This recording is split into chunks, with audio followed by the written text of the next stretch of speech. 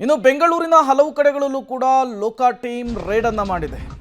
ಅದರಲ್ಲೂ ಕೂಡ ಬೆಂಗಳೂರಿನಲ್ಲಿ ಚೀಫ್ ಇಂಜಿನಿಯರ್ ನಂಜುಂಡಪ್ಪಗೂ ಕೂಡ ಲೋಕಾ ಶಾಕ್ ತಗಲಿದೆ.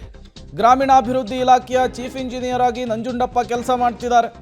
ಬಸವೇಶ್ವರ ನಗರದಲ್ಲಿ ನಂಜುಂಡಪ್ಪ ಅವರ ನಿವಾಸ ಇದೆ. ಈ ಹಿಂದೆ ಬಿಡಿಎನಲ್ಲಿ ಚೀಫ್ ಇಂಜಿನಿಯರ್ ಆಗಿದ್ರು ನಂಜುಂಡಪ್ಪ. ಬೆಂಗಳೂರಿನಲ್ಲಿ ಚೀಫ್ ಇಂಜಿನಿಯರ್ ನಂಜುಂಡಪ್ಪಗೆ ಬೆಳ್ಳಂಬೆಳಗ್ಗೆ ನಿದ್ರೆಯ ಮಂಪರ್ನಲ್ಲಿಯೇ ಲೋಕಾ ಶಾಕ್ ಅನ್ನು ಕೊಟ್ಟಿರುವಂತಹದ್ದು. ಅವರ ಮನೆಯಲ್ಲೂ ಕೂಡ ಲೋಕಾ ಟೀಮ್ ತಡಕಾಡಿದೆ ಶೋಧ ಮಾಡಿರುವಂತಹದ್ದು. ಈ ಸಂದರ್ಭದಲ್ಲೂ ಅಲ್ಲೂ ಕೂಡ ಬೆಲೆ ಬಾಳುವಂತಹ ವಜ್ರ ವೈಡೂರ್ಯಗಳು, ಬೆಳ್ಳಿ ಬಂಗಾರ, ಆಸ್ತಿ ಪಾಸ್ತಿ ಎಲ್ಲವೂ ಕೂಡ ಸಿಕ್ಕಿರುವಂತಹದ್ದು. RDPR ಚೀಫ್ ಇಂಜಿನಿಯರ್ ನಂಜುಂಡಪ್ಪ ಅವರ ಮನೆ ಮೇಲೆ ಲೋಕಾಯುಕ್ತ ಅಧಿಕಾರಿಗಳು ದಾಳಿ ಮಾಡಿದರೆ ಬೆಳಗ್ಗೆ 6 ಗಂಟೆಗೆ ಸರಿಯಾಗಿ ದಾಳಿ ಮಾಡಿರುವಂಥದ್ದು.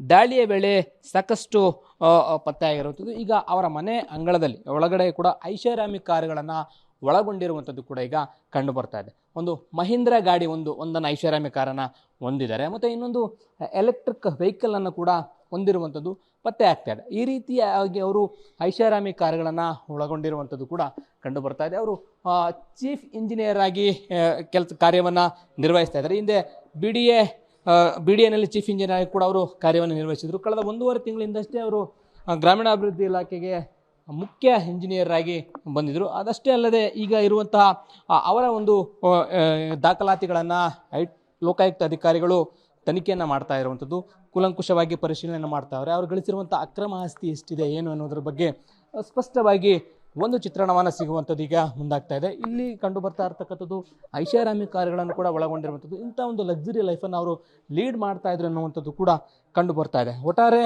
ಲೋಕಾಯುಕ್ತ ಅಧಿಕಾರಿಗಳ ದಾಳಿಯ ವೇಳೆ ಅಕ್ರಮ ಆಸ್ತಿ ಜೊತೆಗೆ ಅವರು ಐಷಾರಾಮಿ ಕಾರುಗಳು ಹೊಂದಿರುವಂಥದ್ದು ಕೂಡ ಕಂಡು ಬರ್ತಿರುವಂಥದ್ದು.